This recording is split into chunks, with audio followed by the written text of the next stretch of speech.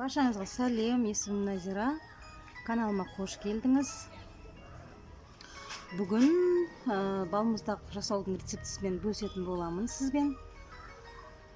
Осылай жасап көріңіздер. Жаздың ыстық күнінде бала-шағамызбен бірге осы балмұздақты өзіміздің де жегіміз келіп кетеді ғой кейбір кезде.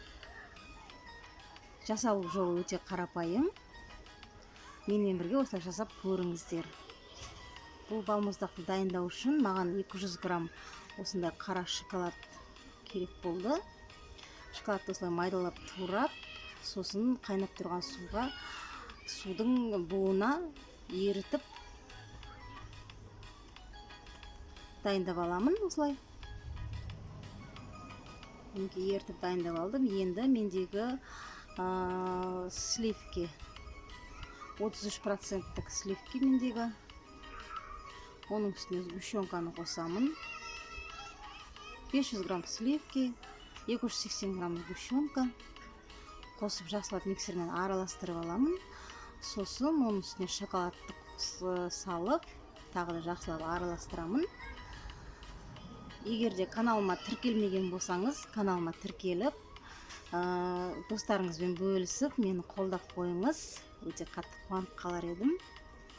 Менікі осылай араластырып алып, мен осындай бумажный стакан арнайы мороженое сатып алғам. Сол стакандарға құйып, енді осындай формаға қалған құйып, кейін соңында жаңағы стаканға құйған мороженойдың бетін сәндейтін боламын. Формадағы, анау холодильниктегі жұмыртқа сап қоятын форма ғой. Соған құйып жасасаңыздар болады.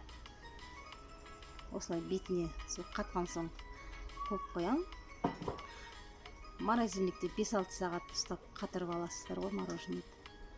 Менің мороженое дайын болды. Өте дәмді, керемет болып шықты. Балдарыңызға осылай жасап берсеңіздер болады. Астарыңыз дәмді болсын. Видеом соңына дейін қарағандарыңыз үшін рахмет. Каналымда келесі кездескенше аман сау болыңыздар. Парақшама тіркеліп, комментарий бөлімінде өздеріңіздің ой-пікірлеріңізді қалдырып қойыңыздар. Сау-саламатта болыңыздар.